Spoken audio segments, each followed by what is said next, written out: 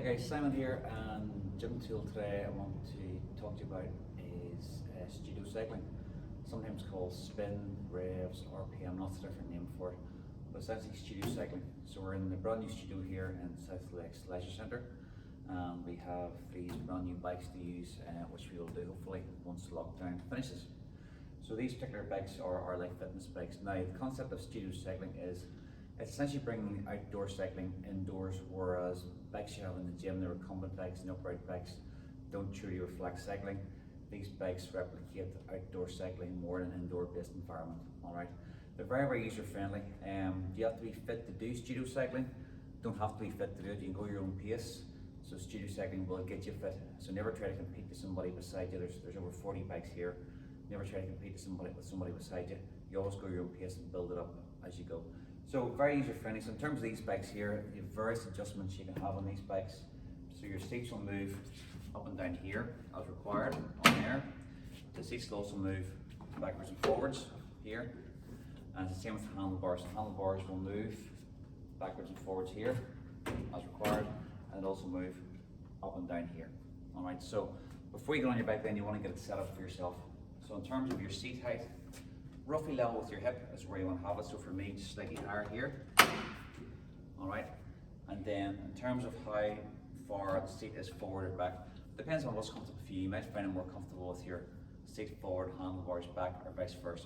But generally with your elbow on the edge of the seat, you want your fingertips being able to reach just the end of the handlebars. You'll see for me here, they're still slightly further away. So what I will do, I'll bring the seat forward a touch, and again, elbows on the end of the seat, and now level with the handlebars. In terms of handlebar height then, so if you're just starting off then, have your handlebars slightly higher. Generally people like their handlebars the same height.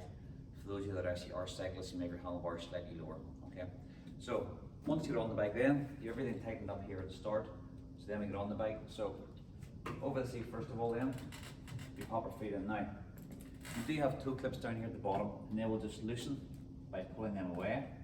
And you make sure your entire foot is up at the front of the plastic clasp, and then we just pull the strap towards us, and then that just tightens the foot in there nice and secure. And then what you can do, you can pop it back through there just to keep it nice and secure. And also do the same with both feet. So both feet nice and secure, and then you're ready for your workout. So once you get on them, just turn your pedals a few times, see how it feels for you. Check your leg length as well. Although you've checked the height of your seat, you want to have a slight bend in your leg. If you find your legs going totally straight, you want to be just seat down and touch your legs are slightly bent. Alright.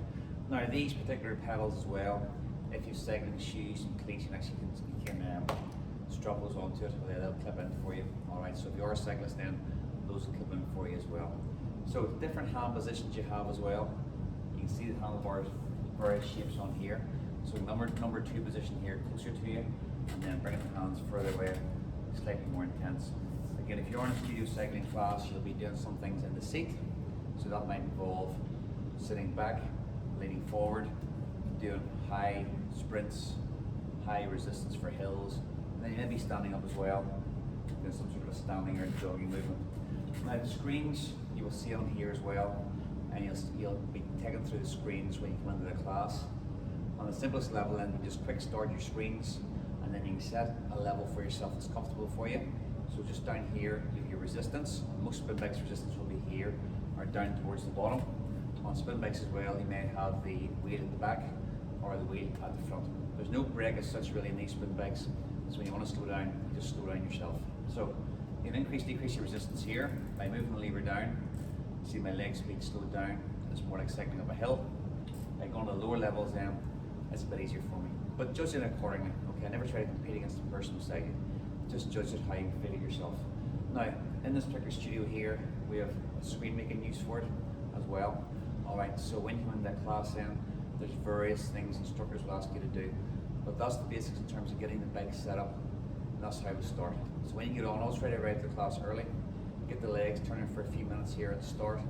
Just get the legs moving, and then you're off and running. Alright, you've taken through a bit of a warm up and a cool down part of the class. You just make sure you arrive early. If it's your first time as well, even come earlier still if you can, and the instructor will take you through the bike. Bring with you a water, bring with you a towel, and hopefully a little fun. Each class is 45 minutes some are 30 minutes, some goes as 60 minutes. But it's all about the effort you put into it as well. All right, really good calorie burn, really good for the heart and lungs, and really good workout for the legs. Okay, so get yourselves the next class when you can, and then we'll see you on the seats, legs working, pedals moving. Cheers.